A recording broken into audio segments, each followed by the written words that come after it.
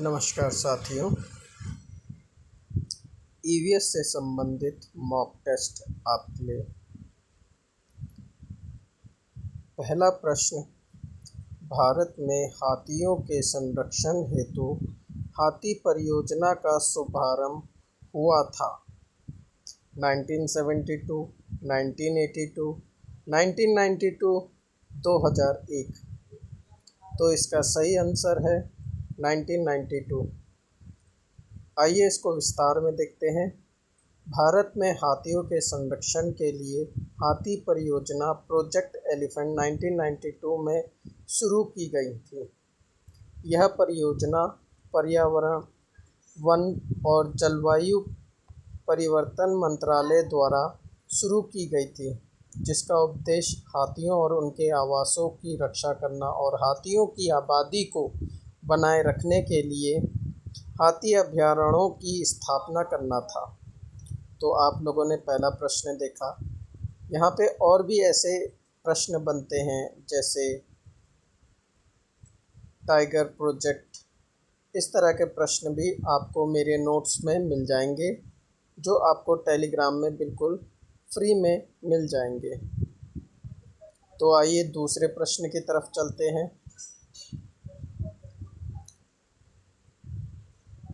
भारत में पर्यावरणीय शिक्षा केंद्र की स्थापना कहाँ और कब हुई थी? देहरादून 1980, अहमदाबाद 1984, बेंगलोर 1988, मुंबई 1992। इसका सही आंसर है अहमदाबाद 1984। भारत में पर्यावरण शिक्षा केंद्र CEE की स्थापना अगस्त 1984 में अहमदाबाद में की गई थी। यह केंद्र भारत सरकार के पर्यावरण और वन्य मंत्रालय द्वारा समर्थित एक उत्कृष्ट केंद्र के रूप में स्थापित किया गया था। CEE का मुख्य उद्देश्य पर्यावरण जागरूकता बढ़ाना और सतत विकास को बढ़ावा देना है। यह विभिन्न कार्यक्रम और सामग्री विकसित करता है और शिक्षा और संचार के क्षेत्र में क्षमता निर्माण करता है। आइए तीसरे प्रश्न की तरफ चलते हैं। मृग तथा कीट है। देखिए, ये खाद्य श्रृंखला वाला प्रश्न है। इस प्रश्न को देखते हुए आप कई प्रश्न भी हल कर सकते हैं। तो तीसरे प्रश्न में बताया गया है, मृग तथा कीट हैं द्वितीय उपभोक्ता, प्राथमिक उपभोक्ता, तृतीय उपभोक्ता, इनमें से कोई नहीं। तो इसका सही आंसर है प्राथमिक उपभोक्ता। मृग, हिरन और कीट जैसे टिड्डा दोनों ही प्राथमिक उपभोक्ता हैं। वे शाकाहारी होते हैं और पौधों को खाते हैं, जो खाद्य श्रृंखला में उत्पादक होते हैं। हिरन और कीट जो हैं वो खाद्य श्रृंखला में उत्पादक होते हैं। विस्तार में देखते हैं। प्राथमिक उपभोक्ता ये वे जीव हैं जो सीधे तौर पर पौधे या अन्य उत्पादकों को खाते हैं। द्वितीय उपभोक्ता ये वे जीव होते हैं जो प्राथमिक उपभोक्ताओं को खाते हैं। तृतीय उपभोक्ता ये वे जीव होते हैं जो द्वितीय उपभोक्ताओं को खाते हैं। जैसा मृग और कीट दोनों ही शाकाहारी होने के कारण वे पौधों को खाते हैं और इसीलिए प्राथमिक उपभोक्ता कहते हैं। आइए अब हम चौथे प्रश्न की तरफ चलते हैं। वायुमंडल में निहित ओजोन गैस को छानकर पृथ्वी तक पहुंचाने में किन किन प्रकार की किरणें का विशेष योगदान है? गामा किरणें, पराबैंगनी किरणें, अवरक्त किरणें और एक्स किरणें। जैसा कि हम जानते हैं, इसे UV किरणें भी कहते हैं, पराबैंगनी किरणों को। ओजोन परत जो वायुमंडल में मौजूद है, सूर्य से आने वाली हानिकारक पराबैंगनी किरणें UV विकिरणें को छानकर पृथ्वी तक पहुंचाने से रोकती है, जिससे पृथ्वी पर जीवन सुरक्षित रहता है। विशेष रूप से यह UVB विकिरण को अवशोषित करती है, जो सरबन और त्वचा कैंसर का कारण बन सकता है। आइए प्रश्न 5 में चलते हैं। पूषा सदाबहार नामक मिर्च की प्रजाति निम्न में से किस रोग के प्रतिरोधक होती है? चिली मोज़ेक वायरस, तंबाकू मोज़ेक वायरस, प्रणकुचन, उपरोक्त सभी। इसका सही आंसर है तंबाकू मोज़ेक वायरस। पूषा सदाबहार एक लोकप्रिय मिर्च की किस्म है जिसे भारतीय कृषि अनुसंधान IARI द्वारा विकसित किया गया है। यह किस्म विशेष रूप से मिर्च मोज़ेक वायरस CMV, तंबाकू मोज़ेक वायरस TMV और लीफ कर्ल जैसे वायरस रोगों के प्रतिरोधी हैं। ये वायरस मिर्च की फसल को काफ़ी नुकसान पहुंचा सकते हैं, जिससे पत्तियां मुड़ जाती हैं, धब्बे हो जाते हैं और उपज कम हो जाती है। पूषा सदाबहार की प्रतिरोधक क्षमता इन बीमारियों से होने वाले नुकसान को कम करने में मदद करती है। तो अब हम प्रश्न 6 में चलते हैं। इको मार्क किन उत्पादों के लिए दिया जाता है? आपने देखा होगा हॉलमार्क लगे रहते हैं, हर सामान के पीछे कुछ ना कुछ हॉलमार्क लगे रहते हैं। वैसे ही इको मार्क किन उत्पादों के लिए दिया जाता है? पर्यावरण अनुकूल उत्पादों के लिए, उच्च व श्रेष्ठ उत्पादों के लिए, कुटीर व लघु उद्योगों के उत्पादों के लिए, कम कीमत के उत्पादों के लिए। सही आंसर है पर्यावरण अनुकूल उत्पादों के लिए। आइए इसको विस्तार से देखते हैं कैसे।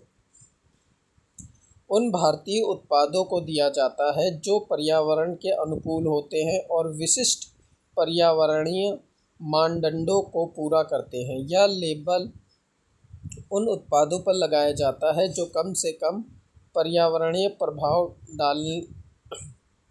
डालते हैं और टिकाऊ उपभोग को बढ़ावा देते हैं।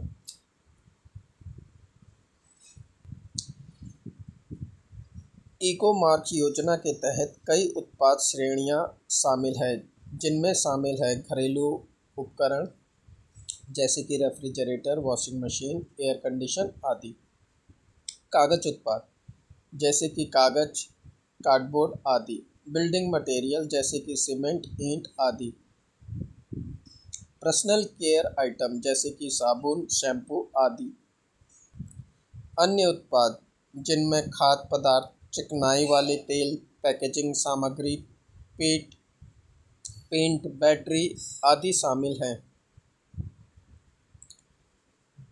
तो हम प्रश्न 7 पे चलते हैं। भारत में सर्वाधिक चक्रवात प्रभावित क्षेत्र हैं। पठारी क्षेत्र, गंगा का मैदान, समुद्र तट, हिमाचल क्षेत्र। भारत में सर्वाधिक चक्रवात प्रभावित क्षेत्र समुद्र तट है, जैसा कि ऑप्शन 3 है। विशेष रूप से पूर्वी तट जिसमें बंगाल की खाड़ी शामिल है, चक्रवातों से अधिक प्रभावित होता है। समुद्री तट चक्रवात आमतौर पर गर्म उथले समुद्रों के ऊपर बनते हैं और फिर तटीय क्षेत्रों में आगे बढ़ते हैं। अब तटों की बात की जाए तो पूर्वी तट भारत का पूर्वी तट विशेष रूप से बंगाल की खाड़ी चक्रवातों के लिए अधिक संवेदनशील है, क्योंकि यह क्षेत्र गर्म पानी और निम्न वायुमंडल दबाव के कारण चक्रवात बनाने के लिए अनुकूल है। पश्चिमी तट की तुलना में पूर्वी तट पर अधिक चक्रवात आते हैं। अगर यहाँ पे राज्य पूछा जाता तो यहाँ पर उड़ीसा, आंध्र प्रदेश, तमिलनाडु और पश्चिम बंगाल जैसे पूर्वी तट पर स्थित राज्य चक्रवात से सबसे अधिक प्रभावित होते हैं। पठारी क्षेत्र, गंगा का मैदान और हिमाचल क्षेत्र, ये क्षेत्र चक्रवात से कम प्रभावित होते हैं। हालांकि हिमालय क्षेत्र में भारी बारिश और भूस्खलन हो सकता है। देखिए यहाँ पे एक प्रश्न ऐसा भी बन सकता है, भारत के क्षेत्र चक्रवात से कम प्रभावित होने वाले क्षेत्र कौन से हैं? तो यहाँ पे आपका गंगा का मैदान और हिमाचल क्षेत्र आ सकते हैं। आइए प्रश्न 8 पे चलते हैं। अंटार्कटिका के ऊपर ओजोन परत में छिद्र होने की जानकारी कब मिली? 1970, 1975, 1980, 1985। इसका सही आंसर है 1985। अंटार्कटिका के ऊपर ओजोन परत में छिद्र होने की जानकारी 1985 में ब्रिटिश वैज्ञानिक द्वारा दी गई।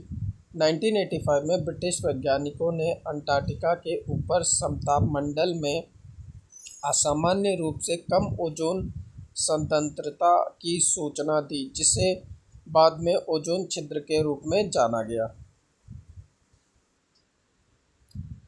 प्रश्न नंबर 9। देखिए, मैंने आपको खाद्य श्रृंखला पहले भी पढ़ाया था। तो खाद्य श्रृंखला में भेड़िया खरगोश को खाता है तथा खरगोश घास को खाता है। तो भेड़िए का पोषक स्तर होगा प्राथमिक उपभोक्ता, द्वितीय उपभोक्ता, प्राथमिक उपभोक्ता, द्वितीय उत्पादक। प्राथमिक उपभोक्ता, द्वितीय उपभोक्ता, प्राथमिक उत्पादक या द्वितीय उत्पादक। तो इसका सही आंसर है द्वितीय उपभोक्ता। खाद्य श्रृंखला में भेड़िया द्वितीय उपभोक्ता होगा, खरगोश प्राथमिक उपभोक्ता और घास उत्पादक है।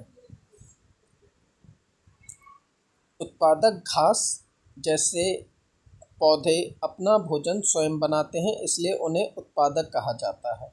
प्राथमिक उपभोक्ता, खरगोश जैसे शाकाहारी जानवर जो पौधों को खाते हैं प्राथमिक उपभोक्ता कहलाते हैं।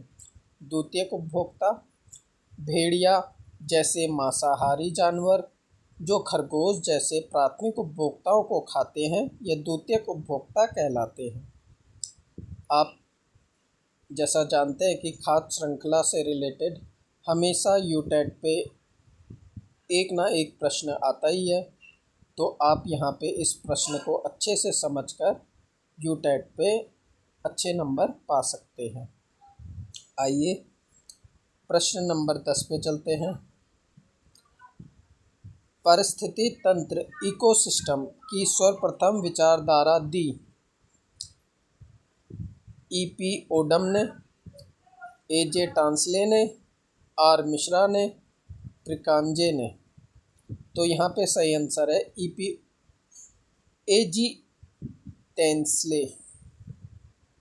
पारिस्थितिकी तंत्र इकोसिस्टम की सर्वप्रथम विचारधारा A.G. टांसले ने दी थी। उन्होंने 1935 में इस शब्द का प्रयोग किया था और इसे एक ऐसी प्रणाली के रूप में परिभाषित किया जिसमें जीव और उनके भौतिक वातावरण शामिल होते हैं। A.G. टांसले ने इस अवधारणा को 1935 में अपने एक प्रसिद्ध लेख में प्रकाशित किया था, जिसमें उन्होंने बताया कि पारिस्थितिकी तंत्र में न केवल जीवों और समुदाय शामिल हैं, बल्कि वे सभी भौतिक कारक भी शामिल हैं जो उस समुदाय को प्रभावित करते हैं। उन्होंने इस बात पर जोर दिया कि जीवों और उनके पर्यावरण के बीच पदार्थों का आदान प्रदान पारिस्थितिकी तंत्र के कामकाज के लिए महत्वपूर्ण है। आइए हम प्रश्न नंबर 11 पे चलते हैं। CFC का आविष्कार किया। देखिए, CFC का मतलब होता है क्लोरोफ्लोरोकार्बन। रूस ने, जापान ने, अमेरिका ने, भारत ने। तो इसका सही आंसर है अमेरिका ने। CFC जैसा मैंने पहले भी आपको बताया, क्लोरोफ्लोरोकार्बन का आविष्कार थॉमस मिडगली जूनियर ने 1920 के दशक में किया था। उन्होंने इसे रेफ्रिजरेटर और एयर कंडीशनर में इस्तेमाल होने वाली सुरक्षा और गैर जहरीले रेफ्रिजरेटर के रूप में किया गया। हालांकि बाद में यह पता चला कि CFC ओजोन परत को नुकसान पहुंचाते हैं, जिसके कारण 1987 में मॉन्ट्रियल प्रोटोकॉल के तहत CFC के उपयोग पर प्रतिबंध लगा दिया गया के रूप में परिभाषित किया जिसमें जीव और उनके भौतिक वातावरण शामिल होते हैं। थॉमस मिडगली जूनियर एक अमेरिकी रासायनिक थे जिन्होंने सीएफसी के अलावा गैसोलीन में टीईएल एडिटिव में विकसित किया था। सीएफसी के बारे में कुछ जानकारी। सीएफसी क्लोरीन, फ्लोरीन, कार्बन होते हैं। सीएफसी ओजोन परत को नुकसान पहुंचाने के लिए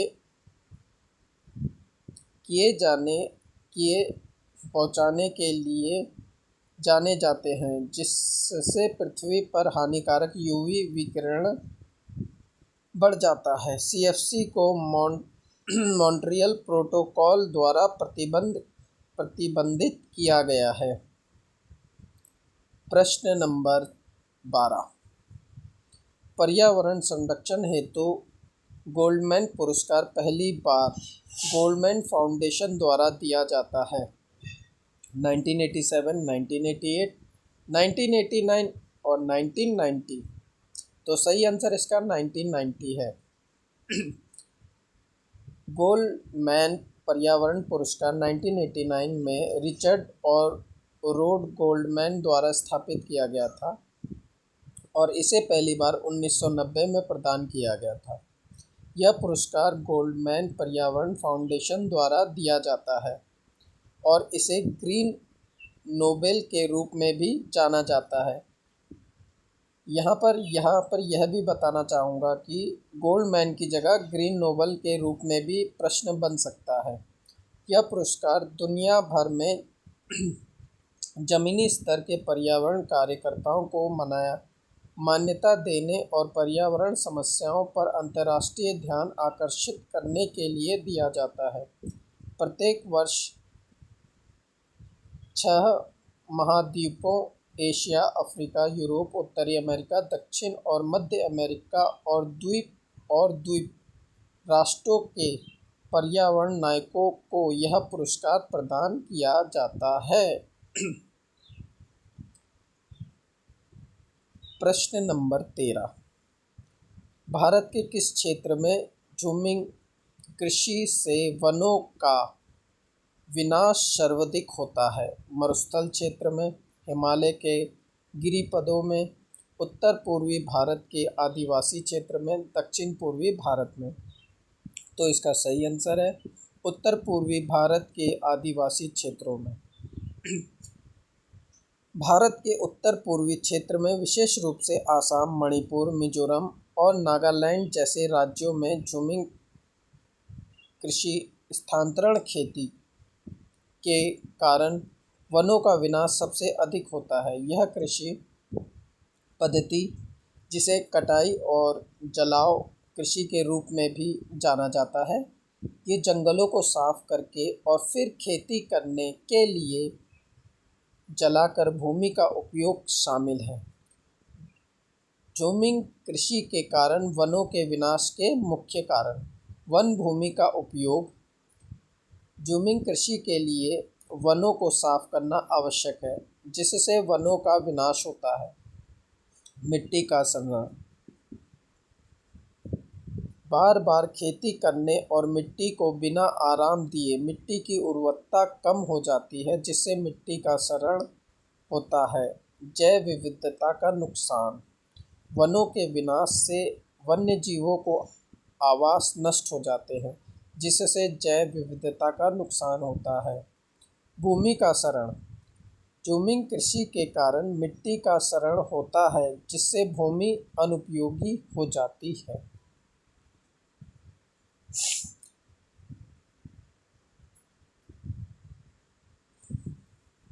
प्रश्न नंबर 14 पे जाते हैं। ताजमहल को किसके प्रभाव से खतरा बना हुआ है? क्लोरीन, ब्लोरीन, सल्फर डाइऑक्साइड या कार्बन डाइऑक्साइड? तो सही आंसर है सल्फर डाइऑक्साइड। ताजमहल को मुख्य रूप से सल्फर डाइऑक्साइड SO2 और अम्लीय वर्षा से खतरा है। मथुरा में तेल शोधक कारखानों से निकलने वाली सल्फर डाइऑक्साइड गैस अम्लीय वर्षा का कारण बनती है जो ताजमहल के संगमरमर को नुकसान पहुंचाती है, जिससे वह पीला हो रहा है। विस्तार से, सल्फर डाइऑक्साइड SO2 यह गैस जो उद्योगों और वाहनों से निकलती है वायुमंडल में पानी के साथ मिलकर सल्फ्यूरिक एसिड बनाती है। यह एसिड ताजमहल के संगमरमर के साथ प्रतिक्रिया करके उसे नुकसान पहुंचाता है और पीला कर देता है। अम्लीय वर्षा सल्फर डाइऑक्साइड और नाइट्रोजन ऑक्साइड जैसे प्रदूषक तत्वों की अधिकता के कारण होने वाली अम्लीय वर्षा ताजमहल के लिए एक प्रमुख खतरा है। मथुरा तेल शोधक कारखाने। मथुरा में स्थित तेल शोधक कारखाने से निकलने वाले सल्फर डाइऑक्साइड की मात्रा ताजमहल के लिए एक गंभीर चिंता का विषय है। अन्य कारक इसके अलावा यमुना नदी का प्रदूषण और आसपास के क्षेत्र में बढ़ती गंदगी भी ताजमहल के लिए खतरा पैदा करते हैं।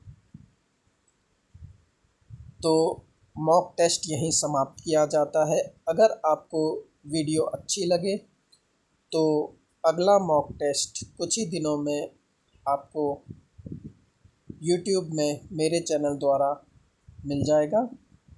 साथ ही आपसे निवेदन है कि अगर वीडियो अच्छा लगा तो लाइक और सब्सक्राइब कीजिए।